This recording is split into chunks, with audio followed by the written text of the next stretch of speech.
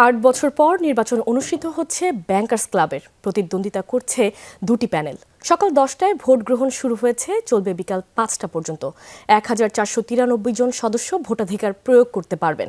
Vote টানতে দুইটি প্যানেলের পক্ষ থেকে দেওয়া হয়েছে নানা প্রতিশ্রুতি। নিজস্ব ভবন তৈরির অঙ্গীকার করেছে ব্যাংকার্স ঐক্য পরিষদ এবং সর্বজনীন ব্যাংকার্স পরিষদ। অপটিক্যাল ব্রাইটেনার, কালার গার্ড এবং জার্ডলক সমৃদ্ধ অ্যাডভান্স ফর্মুলায় এলো নতুন রে ডিটারজেন্ট পাউডার। নির্বাচিত হলে ব্যাংকারদের পেশাগত দক্ষতা উন্নয়নে ভূমিকা রাখার কথা বলেছেন প্যানেল নেতারা। বলছেন, শুধু আবাসন ব্যবস্থা নয়, সদস্যদের সন্তানদের মানসম্মত শিক্ষা নিশ্চিত করতে নামী শিক্ষা প্রতিষ্ঠানের সাথে সমঝোতা স্মারক এবং সেন্ট্রাল সিভি ব্যাংক তৈরির অঙ্গীকারও করা হচ্ছে। ব্যাংকার্স হাসপাতাল প্রতিষ্ঠার পরিকল্পনার কথাও তুলে ধরা হচ্ছে।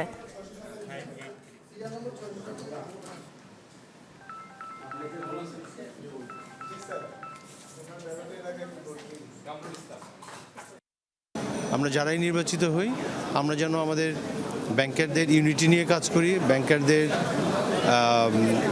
ভালো ইস্যুগুলোকে আমরা যাতে প্রায়োরিটাইজ করি এবং সামগ্রিকভাবে ক্লাবের উন্নয়ন নিয়ে যাতে আমরা সর্বোচ্চ গুরুত্ব দিই। আমাদের সমস্ত ব্যাংকাররা দেশের অর্থনীতির উন্নয়নের মূল কারিগর, এরাই অর্থনীতির ধারক বাহক। এবং আমি মনে করি এই ব্যাংকার্স প্ল্যাটফর্মটা দিয়ে আমরা যদি আরও পাকাপোক্ত করতে চাই, তাহলে আমাদের নিজস্ব একটা ভবন দরকার।